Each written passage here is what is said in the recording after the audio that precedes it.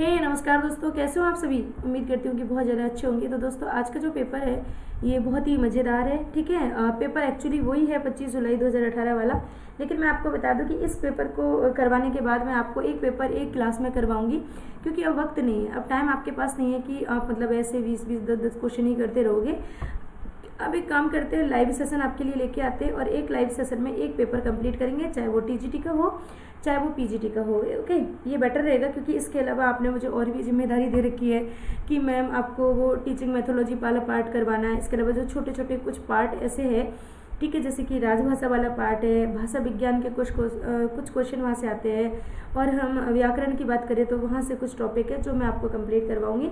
तो इसीलिए हम जल्दी से पहले पेपर्स को कर लेते हैं। तो अब लाइव आऊँगी, मैं बताती हूँ आपको टाइम फिक्स की कौन सा हमारा लाइव का सही टाइम रहेगा, और उस वक्त लाइव आके आपसे रूबरू होकर सारे एक दिन में एक पेपर को कंप्लीट करेंगे। ठीक है, चलो हो गई ये बात खत्म। अब करते हैं आज के क्वेश्चन। पहला क्वेश्चन है कि हिंदी कहानी को प्रारंभिक किस पत्रिका ने अति महत्व दिया, मतलब कि बहुत ज़्यादा महत्व दिया। पत्रिकाओं के नाम आपके सामने हैं, कविवचन सुधा, सरस्वती, इंदु और हंस। अब आपने चारों ही पत्रिकाओं के नाम सुने होंगे, ठीक है, बिल्कुल आपने चारों के ही नाम सुने होंगे। अगर मैं इसकी बात करती हूँ इंदु की, तो दोस्तों ये सबसे पहले मैं कहूँ कि स्टार्ट हुई 1909 ईस्वी में। कब हुई थी? 1909 ईस्वी में। देखो एडिशनल जानकारी इसलिए दे रही हूँ ताकि आपसे अगर कोई क्वेश्चन पूछ ले दोबारा यहाँ से तो आपको पता होना चाहिए। ठीक है, पत्रिका कैसी थी दोस्तों? ये इंदु, ये थी मासिक। ठीक है, मासिक पत्रिका थी इंदु। ओके, और 1909 में ये प्रकाशित हुई थी। कहाँ से निकलती थी? काशी से। कहाँ से? काशी से निकलती थी। और इसके जो प्रथम संपादक थे, ठीक है, वो कौन थे, उसका क्या नाम है दोस्तों? तो वो थे अंबिका प्रसाद गुप्त। ठीक है, यहाँ पे आप इनका नाम लिख सकते हो। ओके, अंबिका प्रसाद। ठीक है, आप इनको नोट कर सकते हैं। ये एडिशनल जानकारी स्टार लगा लगा के आप जरूर इसको नोट्स कर, मतलब कि नोट कर लेना। ओके, ठीक है, क्योंकि ये आपके लिए बेहद ज़रूरी है और बहुत ही ज़्यादा ज़रूरी है। हंस की अगर बात करें तो हंस सबसे पहले 1930 ईस्वी में निकली थी, और ये भी मासिक पत्रिका है। ठीक है, सेम। और दोस्तों ये हंस है, ये भी काशी से ही निकलती थी, मतलब कि मासिक और काशी तो दोनों में सेम हो गया है। लेकिन इसके जो मैं कहूँ कि संपादक थे, ठीक है, ये या फिर मैं कहूँ इनको जो निकालने वाले, इसके सबसे पहले प्रधान संपादक जिसको बोला जाता है, तो सबसे पहले उसको निकालता है तो वो थे आपके प्रेमचंद जी। ठीक है, कौन थे? प्रेमचंद जी। अब आपके पास दो और पत्रिकाएं बची हुई है। तो आप कविवचन सुधा को तो बहुत ज़्यादा अच्छे तरीके से जानते हो, क्योंकि मैंने अनअकैडमी पर भारतेंदु युग स्टार्ट किया हुआ है आपके लिए। और वहाँ पर हम भारतेंदु युग में जब सबसे पहले आदिकाल की प्रारंभिक सीमा की बात करते हैं तो 3 तरीके की पृष्ठभूमि बनती है, और वो ये बनती है कि या तो आप 1850 से आदिकाल की स्टार्टिंग मान लो, या 1857 से मान लो, या फिर 1868 से मान लो। ऐसा क्यों वहाँ पर बोला गया है, इसके पीछे का रीज़न है क्योंकि 1850 में तो हमारे मतलब कि आधुनिक काल के भारतेंदु युग के जो अग्रणी कवि है, जो अग्रदूत कवि है, ठीक है, उनका नाम है भारतेंदु हरिश्चंद्र। उनका जन्म वर्ष है 1850, इसीलिए ये तथ्य वहाँ पर रखा जाता है कि आप 1850 से उसकी स्टार्टिंग मान सकते हैं। इसी के साथ साथ दूसरा है 1857। तो प्रथम स्वतंत्रता संग्राम 1857 में हुआ। बहुत सारे कवि लेखकों ने उसमें एक अलग ही युग की कल्पना वहाँ पे की है, एक अलग ही तरीके की विचारधारा वहाँ पर निकल कर आई है, इसीलिए वो कहते हैं कि आप 1857 से मान सकते हैं। और लास्ट में बात होती है किसकी? कवि ये 1868 की। यहाँ पर क्या होता है, आपके जो भारतेंदु हरिश्चंद्र है उनकी प्रथम पत्रिका, ठीक है, उनकी प्रथम पत्रिका है जिसका नाम है कविवचन सुधा। क्या है उसका नाम? उसका नाम है कविवचन सुधा। इसका प्रकाशन वर्ष है ये, ठीक है, ये 1868 है, ये इसी का प्रकाशन वर्ष है। और आपको बता दूं कि ये कविवचन सुधा है ना, ये मासिक भी निकलती थी और दोस्तों ये साप्ताहिक भी निकलती थी। ठीक है, अब आपको बताऊंगी सारी चीज़ें। और दोस्तों ये पाक्षिक भी निकलती थी। कहने का मतलब ये कि ये 7 दिन में भी निकलती थी, ये 15 दिन में, माफ़ करना, ये 7 दिन में भी निकलती थी, ये महीने में भी निकलती थी, 30 दिन में मतलब, और पाक्षिक का मतलब है 15 दिन में। ठीक है, तो कविवचन सुधा ऐसी है जो साप्ताहिक, मासिक और पाक्षिक निकलती थी। और कहाँ से दोस्तों? इनका जो उद्गम स्थल है, तीनों जो पत्रिकाएं हैं, इसका भी काशी है। ठीक है, इसके अगर मैं आपसे बात करूं कि कौन थे प्रथम संपादक, तो भाई भारतेंदु हरिश्चंद्र जी थे। ठीक है, यहाँ पर आप कह सकते हैं कि भारतेंदु जी। अब मान लो कि मैं इतना ही लिख दूं तो ये इनका नाम नहीं है, ये तो इनकी उपाधि है। ठीक है, इनका जो नाम है वो तो हरिश्चंद्र है। ठीक है, हरिश्चंद्र है। तो भारतेंदु इनकी उपाधि है, और भारतेंदु का अर्थ होता है भारत का इंदु, मतलब कि भारत का चंद्रमा। ठीक है, भारत का इंदु, इस तरीके से इसका संधि विच्छेद करके और फिर बोला जाता है कि भारत का चंद्रमा। ठीक है, तो देखो एक ही क्वेश्चन में कितनी सारी जानकारी सिमटी हुई है ना आपके लिए, ये इसका अर्थ है। लेकिन हमारे इस क्वेश्चन का आंसर क्या है? मैम आपने इतनी सारी जानकारियाँ तो दे दी और हमने आपकी जानकारी को ग्रहण कर लिया, लेकिन इस क्वेश्चन का आंसर क्या है? तो दोस्तों इस क्वेश्चन का जो आंसर है, ठीक है, वो आपका आंसर है सरस्वती। ठीक है, सरस्वती पत्रिका है जिसने सबसे पहले हिंदी कहानी के प्रारंभ में बहुत ज़्यादा योगदान दिया, महत्व दिया। अब इस पत्रिका के बारे में ज़रा जान लीजिए। सबसे पहली बात तो ये कि ये 1900 में स्टार्ट हुई थी। ठीक है, ये भी मासिक पत्रिका थी। कैसी थी? ये भी मासिक पत्रिका है। और इसके अगर मैं प्रथम संपादक की बात करूँ, ठीक है, इस पत्रिका, और देखो ये भी काशी से ही निकलती थी। आप यहाँ पे बात कर सकते हो कि जितनी भी चारों पत्रिकाओं की बात करें, चारों की चारों ही काशी से ही निकली है। ओके, उद्गम स्थल चारों का काशी से। अब आप यहाँ पे एक चीज़ और देखें, इसको नोट करें और इसको मेरे साथ में समझने का प्रयास करें। ठीक है, इसके संपादक की बात आती है। किसकी? इसके संपादक की। तो दोस्तों मैं आपसे कहूँगी सरस्वती पत्रिका के जो प्रथम संपादक है, आप यहाँ पर ये मत कह देना कि मैम महावीर प्रसाद द्विवेदी जी है, नहीं, यहाँ पर श्याम सुंदर दास है। 1900 ईस्वी में जब ये स्टार्ट हुई थी तब इसके संपादक का, यहाँ लिख देती हूँ, इसके संपादक का कार्यभार संभाला था किसने? श्याम सुंदर दास ने। ठीक है, श्याम सुंदर दास ने। और दोस्तों जब 1903 का वक्त आया, ठीक है, तब जाकर महावीर प्रसाद द्विवेदी जी इसके संपादक बने। ओके, तो ये एडिशनल जानकारी है। इससे मतलब अब नहीं, इससे पहले जब 2018 का एग्जाम हुआ था ना, तब भी बहुत सारे क्वेश्चन क्रिएट किए गए थे और धीरे धीरे आपकी नज़रों के सामने आते रहेंगे। और जो रेगुलर इस क्लास को देखता रहेगा उनको पता भी चलता रहेगा कि कहाँ कहाँ से कौन कौन से क्वेश्चन पूछे गए। सेकेंड क्वेश्चन की बात करते हैं हम एक बार। मैला आंचल किस प्रकार का उपन्यास है? अब यहाँ पर आपसे ये नहीं पूछा है कि ये किसका उपन्यास है, ठीक है, ये किसने लिखा है क्या नहीं है। आपसे डायरेक्ट ये पूछा है कि इसका प्रकार कैसा है, इसकी शैली कैसी है। ठीक है, ये किस प्रकार का है, मतलब जासूसी है, राजनीतिक है, ग्रामीण है, या फिर आंचलिक है, मतलब अंचल विशेष से संबंधित है। तो मैं आपको बता दूं कि यहाँ पर आपका करेक्ट आंसर होगा आंचलिक। और दोस्तों ये फणीश्वर नाथ रेणु का उपन्यास है। ठीक है, एडिशनल जानकारी आप साथ में लेते चले। सखी संप्रदाय की अगर आपसे बात करते हैं, ठीक है, तो इसके प्रवर्तक के बारे में आपसे पूछा है कि सखी संप्रदाय के प्रवर्तक कौन है। ठीक है, तो आप मुझे फटाफट से बताइए कौन है सखी संप्रदाय के प्रवर्तक। ठीक है, यहाँ पर ये नहीं पूछा है कि मतलब कि क्या है ये संप्रदाय, डायरेक्ट उसके प्रवर्तक का नाम पूछा है। तो दोस्तों इसके प्रवर्तक है स्वामी हरिदास। अब देखो कई बार पूछा जाता है हरिदासी, ठीक है, ऐसा क्वेश्चन आता है कि हरिदासी संप्रदाय के प्रवर्तक कौन है। तो मैं आपको बता दूं सखी संप्रदाय और हरिदासी संप्रदाय एक ही है, अलग नहीं है। ठीक है, ओके, हरिदासी संप्रदाय एक ही है, अलग नहीं है, इसी का ही दूसरा नाम है, क्योंकि हरिदास का है तो हरिदासी नाम रख दिया गया है, और इसका सखी संप्रदाय। यहाँ पर अगर आप थोड़ी सी जानकारी चाहते हैं तो मैं आपको बता दूं मिश्र बंधु, जो आप पढ़ रहे हो मेरे साथ मिश्र बंधुओं को डिटेल में, वही मिश्र बंधु कहते हैं तीनों भाई कि भाई इस संप्रदाय का दूसरा नाम हमारी तरफ से, इसका दूसरा नाम है टट्टी संप्रदाय। क्या है? टट्टी संप्रदाय। और जब मैं गांव में गई थी, मैंने अपने गांव का वीडियो डाला था, उस वक्त आपको बताया था कि टट्टी कैसे बोलते हैं। ठीक है, तो देखिए मिश्र बंधुओं ने इसको टट्टी संप्रदाय कह करके पुकारा है। ठीक है, इस संप्रदाय में एक्चुअली होता क्या है कि जो निकुंज बिहारी है, श्री कृष्ण है, ठीक है, वही सर्वोपरि माने जाते हैं, उन्हीं की मतलब की उपासना यहाँ पे की जाती है। और अगर आप यहाँ पे और भी बात इनके बारे में करते हैं तो देखिए, आप अगर हरिदास जी के बारे में बात करेंगे तो इनके जो ग्रंथ है उनमें सिद्धांत पद है एक तो, और केलीमाल एक इनका ग्रंथ है दोस्तों, केलीमाल, जो काफ़ी चर्चित है, कई बार पूछ लिया जाता है ना इनके बारे में, ये पूछ लिया जाता है कि किसका ग्रंथ है, तो आप बता देना कि ये स्वामी हरिदास का ग्रंथ है। यहाँ पर और भी देखो, निम्बार्क संप्रदाय की एक शाखा ही माना जाता है सखी संप्रदाय को। निम्बार्क संप्रदाय तो जिसके बारे में डिटेल से पढ़ेंगे काफ़ी बड़ा, उसी का एक भाग इसको माना जाता है। अब चलते हैं आगे। अहिंसावाद और परपत्रिवाद किस संप्रदाय की देन है? कौन से संप्रदाय की देन मानी जाती है ये अहिंसावाद और परपत्रिवाद है इसको? तो आप पढ़िए चारों के चारों विकल्प, वैष्णव संप्रदाय, शाक्त संप्रदाय, सूफी संप्रदाय और शैव संप्रदाय। ठीक है, ये आपके सामने विकल्प है, और इसका जो करेक्ट आंसर है ना वो है वैष्णव संप्रदाय। ठीक है, नेक्स्ट क्वेश्चन देखिए, भाषा और समाज नामक आलोचना ग्रंथ के लेखक कौन है? डायरेक्ट पूछा है कि ये जो ग्रंथ है ये किसका है, भाषा और समाज नामक आलोचना ग्रंथ है, तो इसका मतलब आलोचना वाला टॉपिक भी हमको पढ़ना है, ठीक है। और इस ग्रंथ के जो रचयिता है वो है आपके रामविलास शर्मा। दोस्तों एक बात नोट कर लेना, एक टॉपिक आप नोट कर लो अभी मेरे साथ में।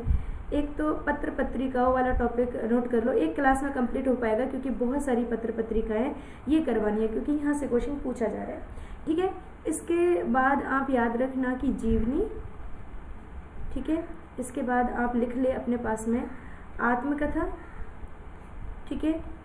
एक राजभाषा वाला टॉपिक है जहाँ से अक्सर क्वेश्चन आते, या फिर आप इसके साथ में ही लिख ले राष्ट्रभाषा, ठीक है, इसको लिख ले।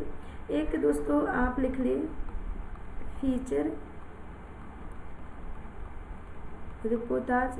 ये जो टॉपिक है ना, इनसे क्वेश्चन पूछे गए हैं और अभी भी पूछे जाएंगे, ठीक है। ये तो मैं अभी अभी इन क्वेश्चन को करवाते करवाते मेरे जहन में आए हैं, तो इनको आप लिखिए यहाँ पे, ठीक है। इसके अलावा कहानी नाटक वाले हैं, वहाँ से तो मैं करवाऊंगी, लेकिन कुछ और है। हाँ, एक और चीज़, जितने भी साहित्य अकादमी पुरस्कार है और जितने भी ज्ञानपीठ पुरस्कार है, या मुझे याद दिला देना आप, ठीक है। ज्ञानपीठ पुरस्कार करवाऊंगी और जो आपके साहित्य अकादमी पुरस्कार है वो करवाऊंगी, क्योंकि इनसे भी डीएसएसबी हमेशा क्वेश्चन पूछता है।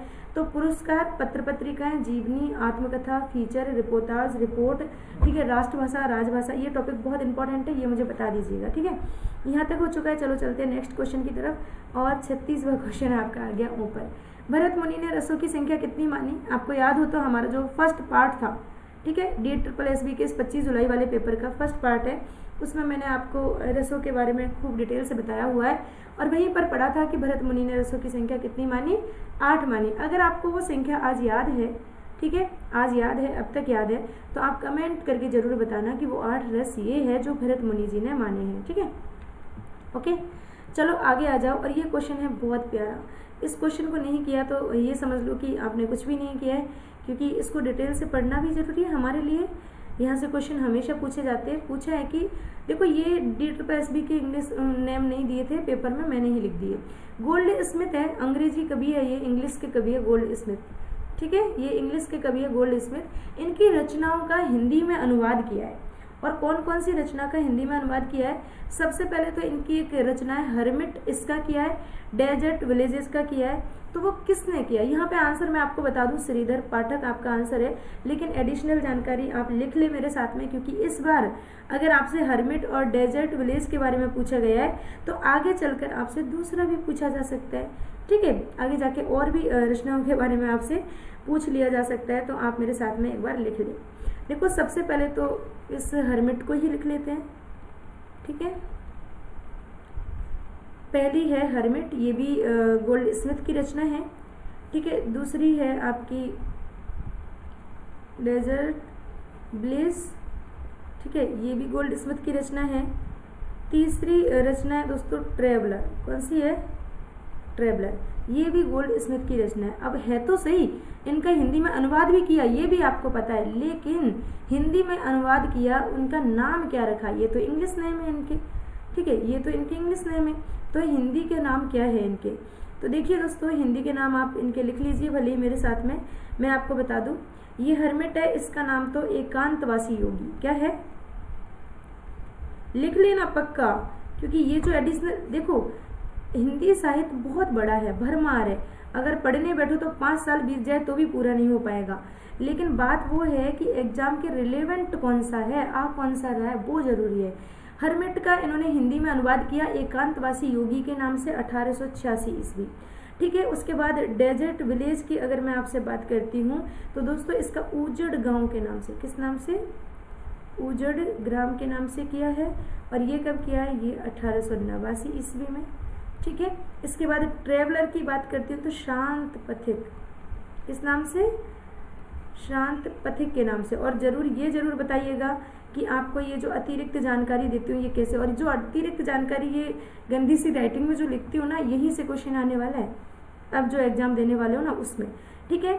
ये तो तीनों की तीनों गोल्ड स्मिथ की रचना है, और ये इनका हिंदी नाम है, और ये इनका ईस्वी है। लेकिन इसके साथ साथ देखो, इन्होंने अनुवाद 3-4 ही किए, ज़्यादा नहीं किए। एक और अनुवाद है जो बहुत ज़्यादा महत्वपूर्ण है इनका, और वो इन्होंने किया है किसका? कालिदास, संस्कृत के जो कालिदास जी है, ठीक है, उनकी रचना का अनुवाद किया है ऋतु संहार, ठीक है। ओके, तो इसका भी इन्होंने नाट्य रचना का अनुवाद किया है, उसको भी याद रखना। आगे चलते हैं नेक्स्ट क्वेश्चन की तरफ। और कितना प्यारा क्वेश्चन है, आप कहेंगे मैम बहुत अच्छा लगा इसको पढ़ के। और मैं आपको बता दूं, जब मैंने अनअकैडमी पर सबसे पहले डेमो दिया तो इसी पद के ऊपर दिया था। देखिए, संतन को कहा सीकरी सो काम। अब यहाँ पे सिर्फ पंक्ति का एक पार्ट दिया हुआ है, पूरी पंक्ति ऐसे है कि भक्तन को कहा सीकरी सो काम। ठीक है, अब यहाँ पे क्या लिखा है, संतन को कहा। तो ऐसा नहीं है कि बिल्कुल एज इट इज हूबहू वही लिखा होगा, थोड़ा बहुत इंटरचेंज कर देते जब पेपर को सेट करते। कई बार क्या होता है कि गूगल से टाइप करते तो मिस्टेक हो जाती है, लेकिन ये पूरी पंक्ति इस तरीके से कि भक्तन को कहा सीकरी सो काम, आवत जात पन्हिया टूटी बिसर गयो हरि नाम, जाको देख दुख लागे ताको करन परी प्रणाम। प्रणाम मतलब नमस्कार। ठीक है, कुंभन दास लाल गिरधर विन यह सब झूठो धाम।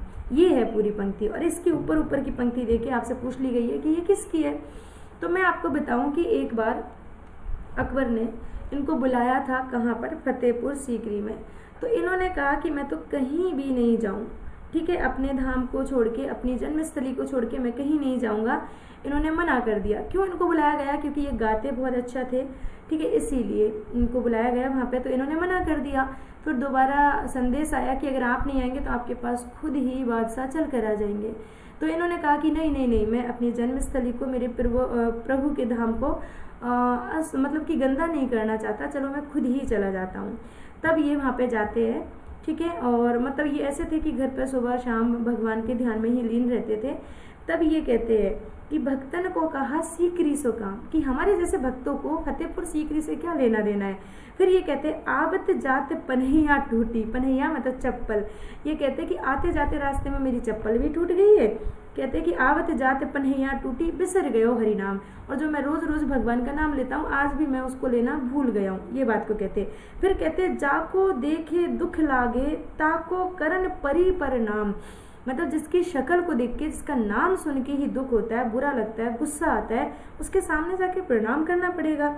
तो जैसे ही कुंभन दास जी पहुंचे थे वहाँ पर दरबार में, तो ये खड़े हो गए सीधे, एकदम प्रणाम नहीं किया इन्होंने।